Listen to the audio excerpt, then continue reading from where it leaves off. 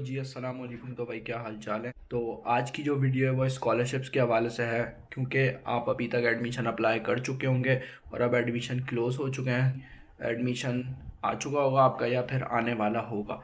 तो हर यूनिवर्सिटी का एक अपना रीजन होता है स्कॉलरशिप का, जिसको हम यहाँ पे रीजनल स्कॉलरशिप कहते हैं या फिर आप नीड बेस्ड स्कॉलरशिप कह सकते हैं। इटली की मेरिट स्कॉलरशिप भी आई थी, जो कि मैं वीडियो बना चुका हूँ, उसका मैं यहाँ पे लिंक दे दूँगा और यहाँ पे आप जाके देख सकते हैं। मेरिट स्कॉलरशिप भी आप अप्लाई कर सकते हैं। अगर आप मेरिट स्कॉलरशिप अवेल कर रहे हैं तो आप नीड बेस्ड स्कॉलरशिप अवेल नहीं कर सकते। अगर आप नीड बेस्ड अवेल कर रहे हैं तो आप मेरिट बेस्ड नहीं कर सकते। बट आज का जो हमारा टॉपिक है वो सारा नीड बेस्ड स्कॉलरशिप के ऊपर है। जैसे अगर मैं मिलान की बात करता हूँ तो यहाँ पे डीएसयू होती है, जिसमें यूनिमी आ जाती है, पोली में आ जाती है, और एक और यूनिवर्सिटी यहाँ पे वो भी आ जाती है मिलान में, जो कि गवर्नमेंट यूनिवर्सिटीज़ हैं। तब अगर आप बाहर चले जाते हैं तो हर यूनिवर्सिटी का एक अपना रीजन है। ठीक है, तो उस रीजन के हिसाब से हर उसकी एक रिक्वायरमेंट अलग होती है। तो अभी हम बात करेंगे आगे कि भाई क्या क्या आपको बेनिफिट्स मिलते हैं, आया आप जब आ रहे हैं शुरू में आपको कितने पैसे लेके आने हैं, वो क्या क्या मसाइल आपको फेस करने पड़ते हैं। मैं पहले वीडियो बना चुका हूँ, बट क्योंकि नए स्टूडेंट्स आ रहे हैं तो उनके लिए ये वीडियो है प्रॉपरली।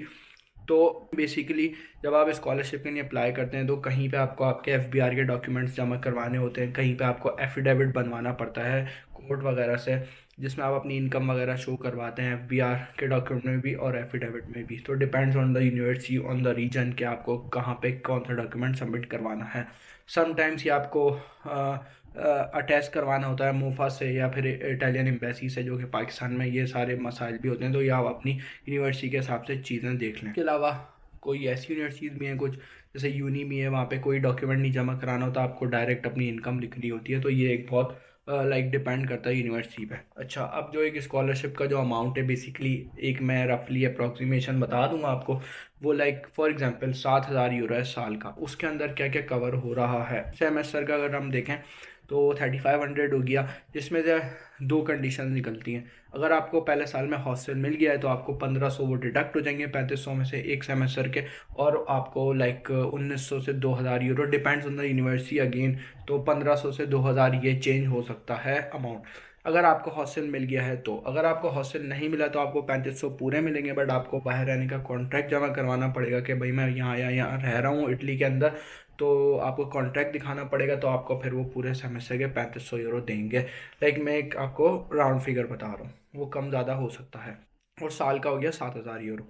अच्छा, जब आप आते हैं यहाँ पे तो कुछ यूनिवर्सिटीज़ आपको पहले सेमेस्टर की इंस्टॉलमेंट दे देती हैं बिना कोई सब्जेक्ट्स निकले, बट ज़्यादातर यूनिवर्सिटीज़ आपको नहीं देती। वो कहती हैं कि भाई पहले सेमेस्टर के आप पहले सब्जेक्ट्स निकालो, फिर आपको पहले सेमेस्टर की इंस्टॉलमेंट मिलेगी, फिर आप ये है कि सेकंड की मिलेगी, फिर आपको एक फ़र्स्ट ईयर में हमारे यहाँ पे 40 क्रेडिट्स करने होते हैं आपको टोटल, कहीं पे 30 क्रेडिट्स हैं, डिपेंड ऑन द यूनिवर्सिटी। तो आपको क्रेडिट्स करने पड़ते हैं, फिर आपको बाद में इंस्टॉलमेंट वगैरह मिलती हैं। और बहुत सी यूनिवर्सिटी में हॉस्टल शुरू में नहीं मिलता, तो थोड़ा सा ये माइंड बना के आइएगा कि कहाँ पे आपको रहना है।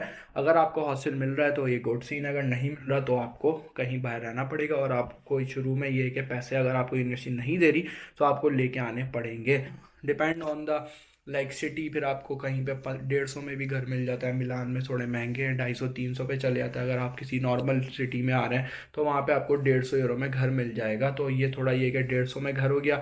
80 से 100 यूरो अगर आप एक मिनिमल खाना खा रहे हैं तो आपको खाने के इतना तो 250-300 में आपका गुजारा हो जाएगा, अगर आप मिलान से बाहर हैं। मिलान में ये कि 50 से 100 यूरो आप ऊपर कर लें। ठीक है, ये आपको खर्चे हैं थोड़े शुरू में। आपको 2,000 यूरो आप अपने साथ लेके आएँ कि आपका कोई अगर इशू होता है, स्कॉलरशिप थोड़ी लेट हो जाती है, तो आपके पास यहाँ पे रहने के पैसे हों। तो ये थोड़ा माइंड बना के आइएगा, जो कि आपको बाद में रिटर्न हो जाएंगे, बट आपको शुरू में वो चाहिए हो सकते हैं। अब स्कॉलरशिप के क्या फ़ायदे हैं, एक तो मैं आपको बता चुका हूँ कि भाई आपको बाहर रहने के पैसे मिल रहे हैं अगर आपको वो हॉस्टल नहीं देते। जैसे मुझे हॉस्टल मिल गया था शुरू में ही, तो मुझे उन्होंने हॉस्टल वाले जो रेजिडेंट्स के पैसे हैं वो मुझे नहीं दिए, तो वो मेरे कट के आते हैं।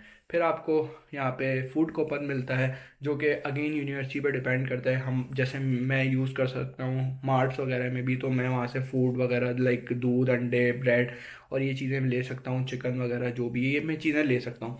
अच्छा, कुछ जैसे यूनिमी है वहाँ पे ऐसा होता है कि आपको कोई फूड रेस्टोरेंट है वहीं यूज़ कर सकते हैं आप। बाहर आप किसी कैरी फोर वगैरह पे नहीं यूज़ कर सकते उसको। तो ये होता है कुछ जगहों पे उनकी अपनी मैस होती हैं, आपको वहीं खाना पड़ता है। तो डिपेंड करता है यूनिवर्सिटी पे आप फूड कूपन वो कैसे अलाउ कर रहे हैं कि आप यूज़ करें। तो वो आप अपने यूनिवर्सिटी के हिसाब से देख लें। बट आपको रेजिडेंस के पैसे मिल रहे हैं, आपको फूड कूपन मिल रहा है, और यस आपको लाइक जैसा मैंने बताया, जैसे एक सेमेस्टर के 3500 यूरो हैं, तो आपको 1500 फॉर एग्जांपल रेजिडेंस के कट के आपको 2000, 1500 से 2000 यूरो आपको वो आपको मिलते हैं, स्टाइपेंड मिलता है आपको। तो वो आप अपने बाकी खर्चों के लिए यूज़ कर सकते हैं। ये एक अच्छा ऑप्शन है। फिर ये कि पार्ट टाइम का भी सीन है। तो ये सारे मामला हैं जो कि आपको देखने हैं आने से पहले। तो अब ये है कि एडमिशन आ गए होंगे, अब स्कॉलरशिप खुल जाएंगी, regional scholarship, need based scholarship.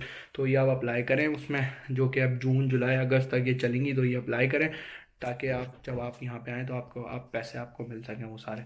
तो उम्मीद करता हूँ वीडियो ठीक लगी होगी, और मिलता है अगली वीडियो में। अपना ख्याल रखिएगा। अल्लाह हाफ़िज़।